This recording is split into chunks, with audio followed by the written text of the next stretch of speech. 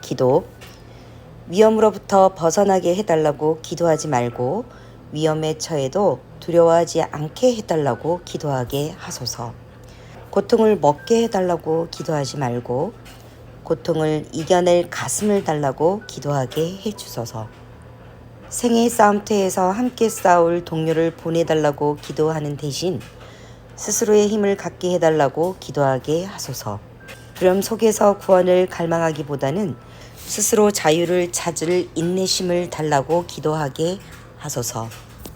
내 자신의 성공에만 신의 자비를 느끼는 겁쟁이가 되지 않게 하소서. 나의 실패에서도 신의 손길을 느끼게 하소서. 라빈드라나타 타구르의 글입니다. 우리가 기도를 할 때 평소에도 늘 기도하시는 분들이 있고 또 가끔 위기에 처했을 때나 힘들 때 기도의 힘을 바라는 사람들이 많습니다. 저는 그 어떤 기도든 뱉어내는 것만으로도 이 두려움을 떨칠 수 있는 아주 좋은 것이라고 생각을 해요. 근데 조금 더 깊게 들어가면 스스로 이겨낼 수 있게 해달라고 힘을 주소서, 내지는 제가 이 역경을 이겨내고 안정된 자리를 찾게 해주소서, 극복할 수 있게 뒤에서 응원해 주소서, 이렇게 행동의 주체가 본인이 되게끔 서포트해달라고 응원하는 사람은 잘 없는 것 같아요. 뭔가의 기도를 계속하고 또 본인의 이런 역경을 이겨내고자 하는 의지가 있는 사람들이 처음에는 좋은 벗을 만나 잘 이겨내게 해주소서 이런 등등의 기도를 하지만 막상 마지막까지 해결을 해본 사람이라면 가장 중요한 주체는 그 누구도 아닌 본인이라는 것을 다 깨닫게 됩니다. 그러면 이런 본인이 기분 나쁜 마음으로 뭔가를 전진하기보다는 좀 더 긍정적이고 희망적이고, 그리고 누군가 내 뒤에서 나를 응원해주는 사람이 있어 라는 든든함으로 고난과 역경을 이겨낼 수 있게끔 해주는 것이 가장 큰 도움이라는 걸 깨닫게 되는 순간부터는 이 기도의 방법도 바뀌는 거라고 생각합니다.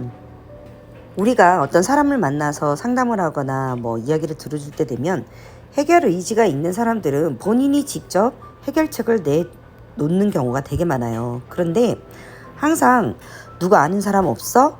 방법을 몰라요. 이렇게 소극적으로 얘기하는 사람들이 있을 경우 우리가 이래봐라 저래봐라 방법을 굉장히 많이 제시를 하잖아요.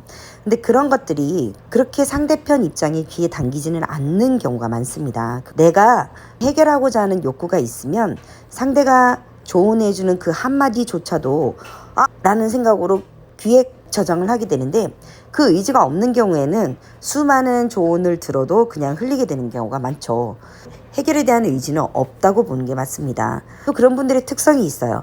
누구를 만나도 꼭 나는 그래서 그래요, 저래서 저래요, 이런 주절주절 하는 소리는 굉장히 많이 하는데 1년을 만나도 2년을 만나도 3년을 만나도 늘 똑같은 소리만 주절주절 하는 사람들이 정말 많습니다.